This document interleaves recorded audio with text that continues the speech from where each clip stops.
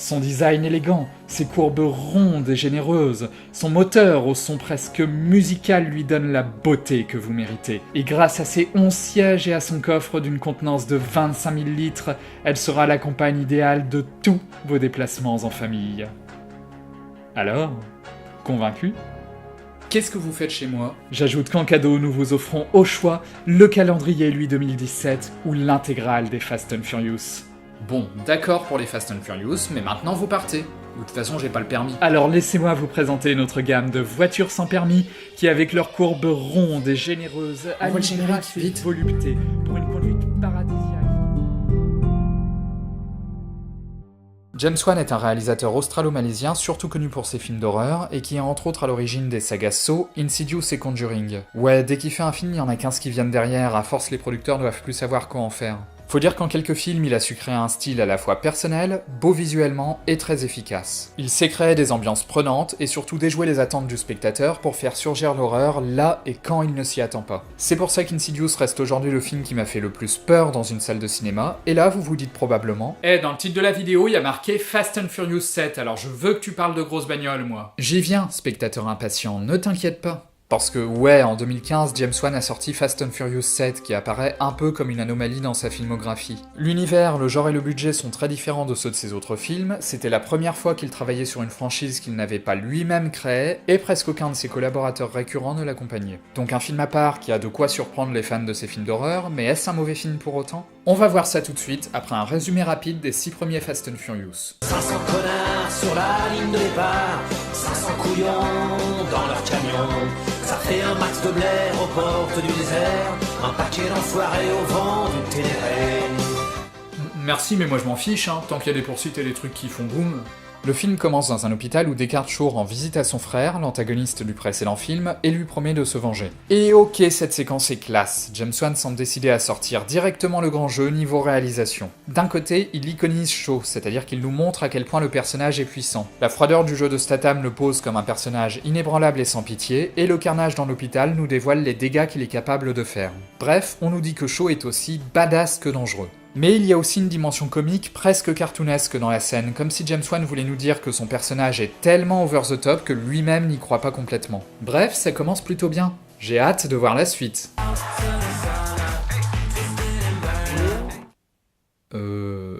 C'est une façon comme une autre d'enchaîner. Donc ok, Dominique décide d'amener Letty à un rallye automobile pour lui faire retrouver la mémoire. Ça marche pas. Letty s'enfuit. On est d'accord que cette scène a servi à rien ? Rien, quand même, il y a eu des beaux plans. Elle décide donc de partir seule en quête initiatique pour retrouver qui elle est, sous le regard bovin de Vin Diesel. Pendant ce temps, Shaw commence sa vengeance en blessant gravement Hobbs et en tuant Han. Les mecs, c'est la 3e fois dans la série qu'on le voit mourir, qu'est-ce qui vous a fait pour que vous lui en vouliez comme ça ? Après l'enterrement de Han, Dominique est contacté par Monsieur Personne, un agent des services secrets qui lui propose un marché. Il doit récupérer l'œil de Dieu, un programme de surveillance particulièrement puissant, en libérant sa créatrice prisonnière d'un mercenaire. En échange, il pourra se servir de l'œil pour retrouver Shaw. Dominique accepte et toute son équipe se réunit, y compris Letty qui sort de... J'en sais rien, d'où elle vient, pourquoi elle est là, à quoi ça servait de la faire partir en quête initiatique si c'était pour la faire revenir 20 minutes plus tard comme si de rien n'était. Il saute donc d'un avion en parachute et en voiture pour atterrir sur une route de montagne, une scène complètement débile qui crache sur le cadavre de la crédibilité, mais bon sang que c'est classe. L'idée est épique, la réalisation est épique, bref, cette scène est badass et ça suffit à la justifier. S'ensuit une longue course-poursuite entre l'équipe de Dominique et les véhicules surarmés de l'ennemi, et par surarmé je veux dire ça, course-poursuite à laquelle s'invite Shaw, sans qu'on sache trop pourquoi il est là, mais qui s'intègre assez bien au chaos ambiant. En d'autres termes, ça n'a aucun sens, mais comme le reste non plus, ça passe. Finalement, ils parviennent à libérer Ramsey, l'informaticienne, qui leur dit que l'œil de Dieu est à Abu Dhabi, où ils se rendent immédiatement et découvrent la culture locale, faite de chameaux, de désert et de... Non mais on peut se dire que ça va, c'est bon, on peut arrêter avec le guide Michelin des plans cul du monde ? Eh, vous êtes sérieux les mecs ? Non, regardez-vous. Voilà, écoutez Michel Rodriguez. Je pensais pas dire ça un jour, mais écoutez Michel Rodriguez. L'œil a été acheté par un milliardaire qui le garde dans sa voiture en haut d'une tour parce que pourquoi pas. Après une séquence très sympa à la Mission Impossible, le plan dégénère. Brian et Dominique se retrouvent en voiture dans la tour, tandis que Shaw débarque de nulle part. Pour lui échapper, il décide de sauter jusqu'à la tour d'à côté. Et ouais, dit comme ça a l'air complètement débile. Et en fait, c'est complètement débile. mais c'est toujours aussi cool.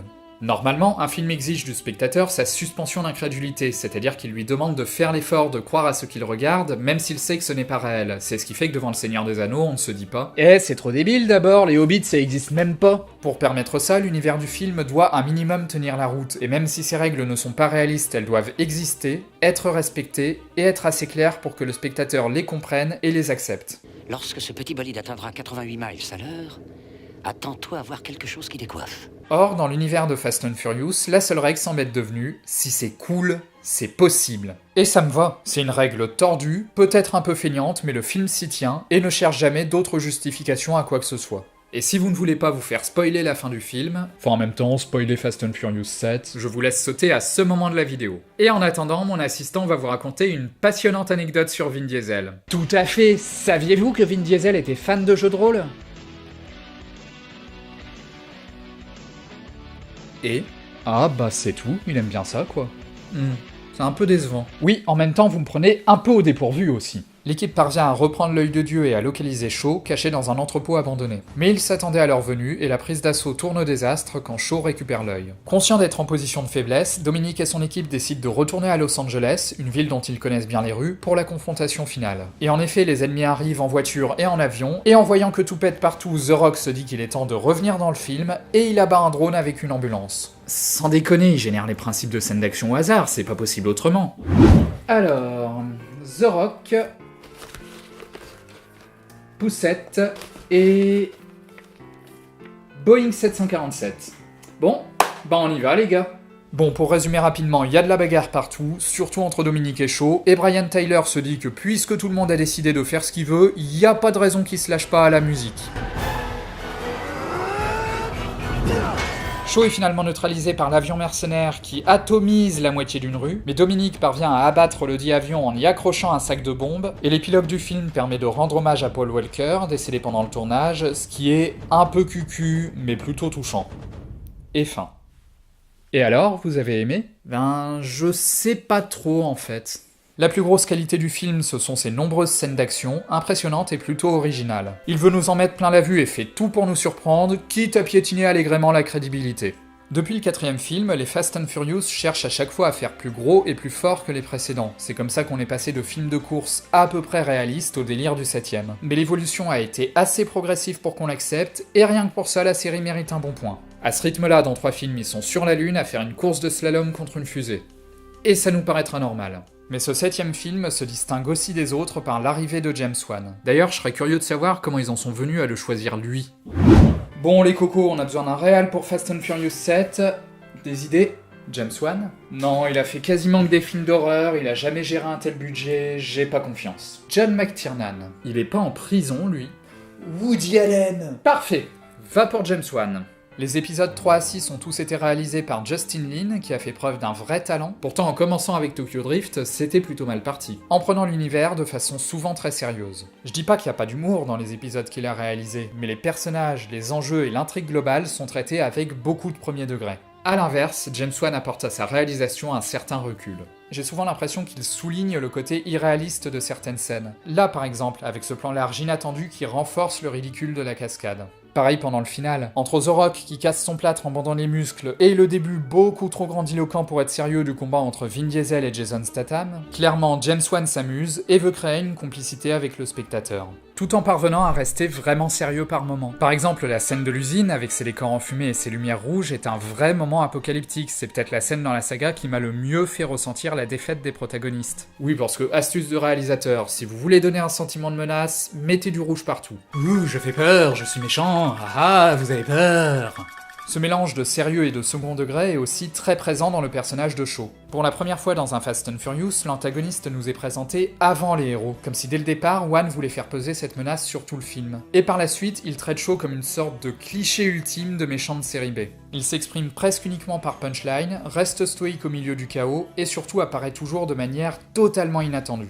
On sait jamais vraiment comment il arrive, c'est juste que d'un coup, au milieu d'une action qui n'a rien à voir, pouf, il apparaît. Coucou Shaw, c'est gentil d'être passé, je t'en prie, détends-toi, prends une coupe de champagne. Ça le rend inquiétant parce qu'on se dit qu'il peut surgir à n'importe quel moment, mais en même temps ça lui donne un côté perpétuellement décalé, comme s'il était une sorte de running gag qui débarque dans toutes les scènes d'action pour les rendre encore plus bordéliques.